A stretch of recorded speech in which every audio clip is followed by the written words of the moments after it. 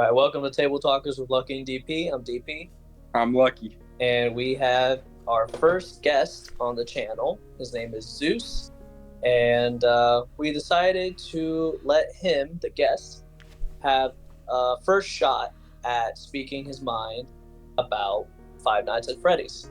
So, take the floor. Thanks for having me here, guys. I know I'm going to get so much hate with this. I did do a review on this on my personal channel if you want to see my initial thoughts, but overall, I wasn't a fan.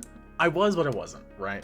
So I enjoyed the concept that they were trying to build. I mean, I've played the games, right? I've seen people play the game. I liked the idea that they had there. I liked the unique, fresh take of like Mike and his connection with the facility and with William Afton. I did like the animatronics. I loved the fact that that was actual animatronics. I thought that was super cool.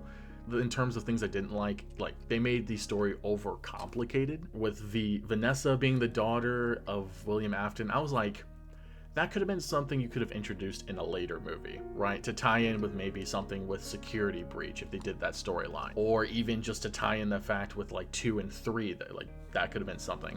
I didn't have an issue with it per se, but I thought that was a little bit unnecessary. She was kind of useless, to be honest. Like, she wasn't doing anything in that movie. Mike also didn't do anything in terms of like what a security guard did in the games. Like, no checking cams, the doors weren't like the ones that you would have to close. He never really had to worry about power. Like, they acknowledged the power was an issue in the beginning, but it was like that was it, just nothing else. The whole it's so cliche. And this happens in like 2000 movies or like horror movies. It's like, oh, I'm a guy having to fight for custody of my child / sibling, and my relative's gonna be a better one because they want the money check from said kid, sibling, daughter deal, and you know, I'm gonna give it up to them in the third act, but then I'm gonna regret it and take them back. And that's the whole synopsis. And I'm like, that's so overly done. Like, there could have been so many other things. And it's not like it was super bad. Like, it did tie in pretty decently with the story, although at a lot of points with I was just like, can we move on? Can I fast forward, please? Like, get this over with. One thing that actually I just did not like was the fact that I wasn't scared. I didn't get scared the entire time. I'm not a big horror guy, so I get easily scared. If you've seen my Five Nights at Freddy's gameplay, I jump at everything. I'm so like, you know what I mean? Like, I'm all over the place. But with this one, I literally sat there with a straight face. I was like, oh, was that supposed to be the scare? Like, I was told there was jump scares and I didn't get any of that. Except for Balloon Boy at the end credit scene. I will say that one kind of got me. Like, that was fair. And the taxi driver was awesome. But I know I'm kind of going all over the place. But that's kind of like the movie. It was a little bit all over the place. And I felt like for a movie that was the launch of the cinematic franchise and that had Scott's direct involvement in so much, this should have been, it could have been way better. Honestly, it didn't need to be complicated. It didn't need to have all this extra stuff. It honestly just needed to be simplistic. It's scary, which, being Blumhouse, that should be their bread and butter. I mean, I gave it like a 6.5 out of 10, to be honest, maybe even a 6, just depending on, you know, a couple of things here and there. But in a general sense, that's how I'm thinking. I know I'm gonna get so much hate, but I mean, that's me. That's me. Okay. A lot to unpack there. Okay. So, Lucky knows this. I am a person who tends to give movies a chance. But there are some parts I can agree, like some of the characters being used, some of the information that they could have saved for another movie, because let's be honest, most likely they're going to make another movie. Especially with the amount of success that this movie has gotten, I don't doubt. Second one's already in pre-development, actually. Exactly the point. So, as a person who's never played the games, which I don't know, I might, but like I guess like the gameplay style when I first saw it come out didn't really catch my attention. I liked it personally because it's a fun movie. It wasn't scary in the slightest. Like, only one part creeped me out, and I keep forgetting his name. The main bad guy at the end.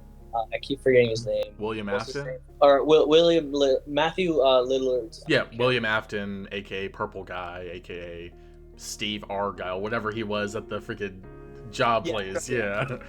Like, when he appeared at the end with his animatronic stuff. I was like, okay, that's pretty creepy, but I love it. I didn't know what to expect. Like, I just expected like killer animatronics like coming in and just absolutely decimating everything type deal. But I like that there was a chill vibe, there was a chill essence to them, where we see them in the light of they're not bad, they're just misunderstood because they're being manipulated. I thought that was an interesting aspect. Mike's character, played by Josh Hutcherson. First of all, before we get into that, where in the Sam Hill has Josh Hutcherson been? I haven't seen him in a movie since Hunger Games. First of all, I mean, dude's a fantastic actor, but I don't know where in the world he went. And almost the same with Matthew Lillard, even though, like, I don't know, like the last time I saw him, at least from what I remember, is Scream anyways. But regardless of the point, I think the acting was pretty good. I think legitimately the kid who played Freddy, like Freddy's ghost, his name is Grant Feely. I thought he was a great actor. Like, I felt personally like his acting was creepy, but in a good way. Like, wow, this kid like gives an ominous feeling. So I'm like, wow, like he's really good, especially for a kid his age. Like, he's super young. But regardless of the point, I think the acting was decent. It wasn't scary. It was pretty funny. It did have some like not cringe moments, but like regarding like practical effects, like Cupcake, for example, floating around and biting people like he's Chain Chomp or something like that. Like, it's funny. It was. It was funny, but like, I will say that I did wish, I can understand why they didn't, but I wish that they made the movie rated R. I think it would have been phenomenal rated R, especially when they had the one scene where the one girl gets chopped in half. Like, that was okay. PG-13 pushing its limits. That's crazy. Like, even if it was just a shadow, you still see her legs afterwards. Like, okay. I don't know. Overall, I feel that they definitely could have probably changed the ending a little bit. I mean, okay, clearly, I don't know what happens in the lore, but if the main bad guy is still alive, then obviously that brings potential for second movie, third movie, a whole franchise, if anything.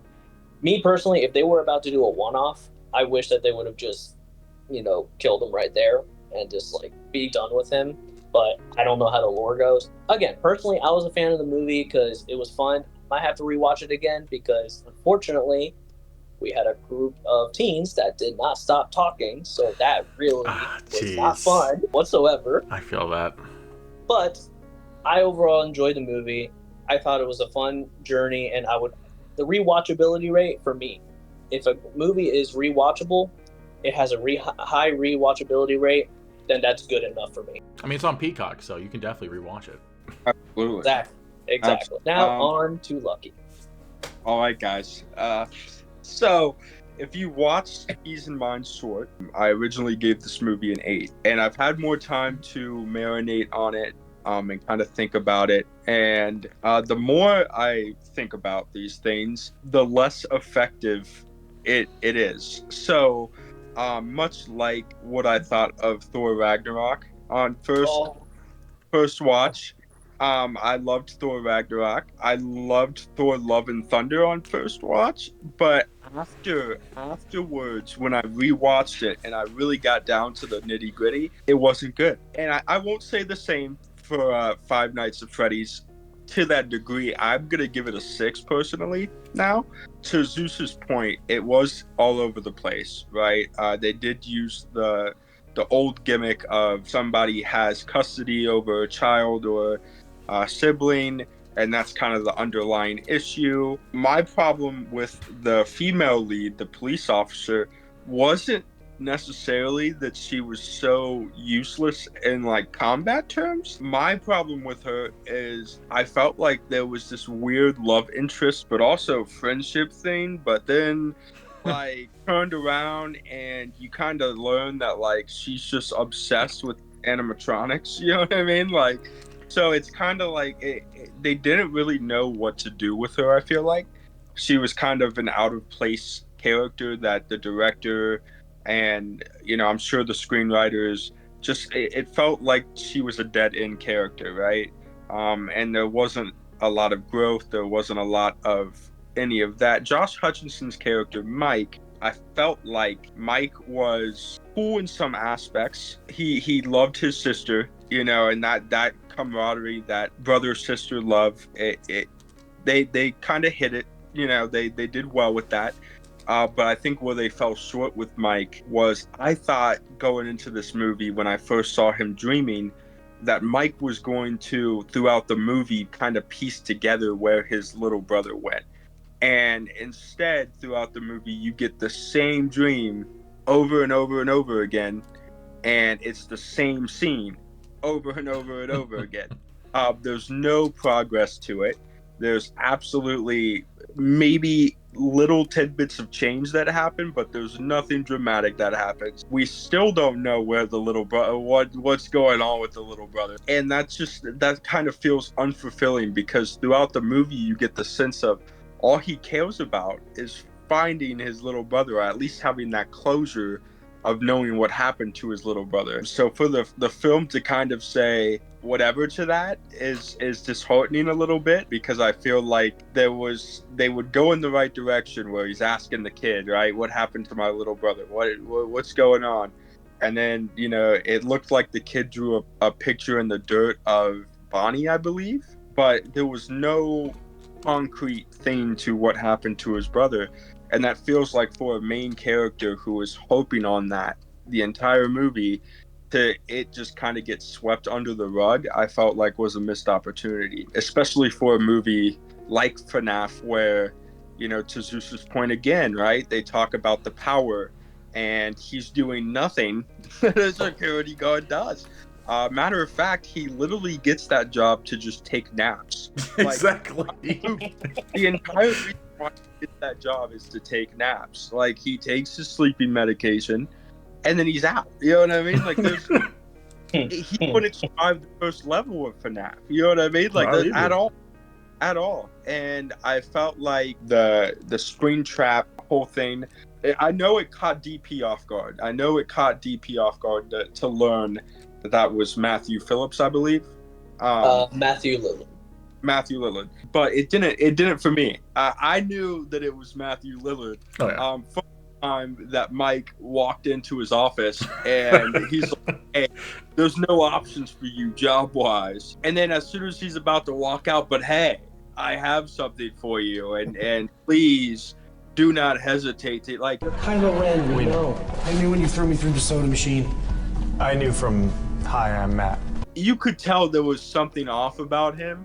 And from the get-go, I was like, okay, they're setting him up to have something to do with the animatronics. And then to kind of make it to where he has the daughter who is in this weird love thing with Mike, but she also loves the animatronics. I just felt like that was kind of rushed, and kind of like, oh, let's just throw this together, let's throw this female cop who has more guns and weapons and things to protect people than anybody, be the most useless character in the entire. Like, I just kind of feel like that was just a rushed, kind of thrown together character. I don't think the actress is a bad actress by any means. I thought she did what she could with the role. Elizabeth. Had some heart. She showed there was some touching parts about her talking about her father. That was some very deep conversation that she had with Mike. And to that aspect, I thought she did what she could. It just felt like the character in general didn't need to be there, and it felt kind of out of place. Much like if you go back and watch the Mortal Kombat movie that came out 2 years ago. Don't get me started on that, man. Doesn't need to exist. The main movie does not need to exist in the slightest. It just kind of felt like they just threw that character in there, and there's no reason for it. So I'm gonna stick to a 6 now. I do think it does have some rewatchability. If you just go into the movie and just want to have some fun with it, that's totally cool, because like Zeus and DP said, the fact they used real animatronics was really fun. Yeah. I thought that the way that they set up some of the scenes, the 80s type theme within Freddy Fazbear's, was really neat. So if you want to go in there and just have a fun time, then I recommend the movie, because you can look at it from that level of, hey, it's just fun, it's iconic characters that you might have grown up playing, you know what I mean? So for me, if you dumb it down, I'll give it an 8, but as a movie totality story, it's a 6. It's got to be a 6 for me, but yeah. I agree. I will say, as much as I like the movie, I do agree with those two things that you guys pointed out. The fact that there was a seemingly love story, friend story. I don't know what it was, but they never concluded with it. And then that he couldn't find his brother, like he accepts it, which I kind of wish that they would have played that a different way, because then they could have played that into the second movie where he's still obsessed with finding his brother. He like saves his sister from, the animatronics and stuff, but then he's still on that mission to try to find his long lost brother, and then continue the story that way, drag it on a little bit type deal. I just felt like there was too many strange moments within the movie. I felt like for a movie that's trying to be in the horror genre, having a slumber party with the animatronics takes you out of it a little bit, where his little sister is in blankets and chairs, and they're like all laying next to each other. And also I do feel like Matthew Lillard could have played Springtrap better a little bit. I do think that in the end, when you see Springtrap for the first time, and the first thing he does is speak, that's kind of like, it takes you out of that, oh my god, it's a super evil animatronic. It's like, no, this is just a dude who's obsessed with putting dead kids into giant toys, basically. It's like a super messed up Chuck E. Cheese going on. Like, that's what it really boils down to. And it removes that suspense aspect, because it's like, okay, I know who you are now. You could just take that off. Like, you can take off the helmet. You can whatever. I know it's you, dude. Like, and that's the first thing he does, is give away who he is, because you could hear him talking in the costume. So for me, it's just like, I thought it could be much better. All in all, I enjoyed it. It was a fun movie, at least. We can all agree it was a fun movie to watch. It was fun. Oh no, our guest does not agree. I didn't have fun. I didn't have fun, I'll be honest. I respect it. You could think the cupcake's funny. Like, that's how I feel. Cupcake was funny, but I mean, I didn't get the vibes of let me go ahead and look at the stars underneath the roof with Freddy and gang, but this... No, I feel no intent on like digging deeper into Fnaf lore because of that movie or anything. Where I'm at, I'm cool. That's fair. I mean, personally for me, I'm quite opposite. I mean, I feel the black sheep of the group. I feel very deeply. I hope it's not the case, because it's gonna make me sad. Lucky knows this. I despise 2015 Fantastic Four. Worst movie of all time. You couldn't pay me to see that movie. You could torture me to death. Is that Fant Four Stick? Huh? Fant Four Stick, right? That's what you're talking about? Yeah, and there's gonna be someone in this group or some other person out there who's gonna be like, "That's the greatest movie." Dude, it was amazing. I don't know what you're talking about. I'm kidding. I'm kidding. Yeah, I love seeing The Rock, or I love seeing The Rock. I mean, I love seeing The Thing. The Rock was the Thing. Oh yeah, The Thing had no pants, bro. I could swear he had a rock dingling. He was rocked up. He was hard. I think this is a good conclusion for FNAF video, talking about The Thing's thing. Yeah. But thank you for coming on with us. It was super fun discussing this movie, and we look forward to doing so many more projects with you. Oh, heck yeah, man. Glad to be here. Glad to share my opinions. Of course. And thank you to all the people who liked the video. You guys are the reason we do this. You guys are the reason we're able to do some of these things and have these collaborations and have so much fun talking about this. So please, check out Captain Zeus's channel. Check out BP Fun. Check out all of our videos and our shorts. Give it a like, subscribe if you want. Yeah, we're going to be doing this thing. So let's have some fun. Let's do it. Take it easy.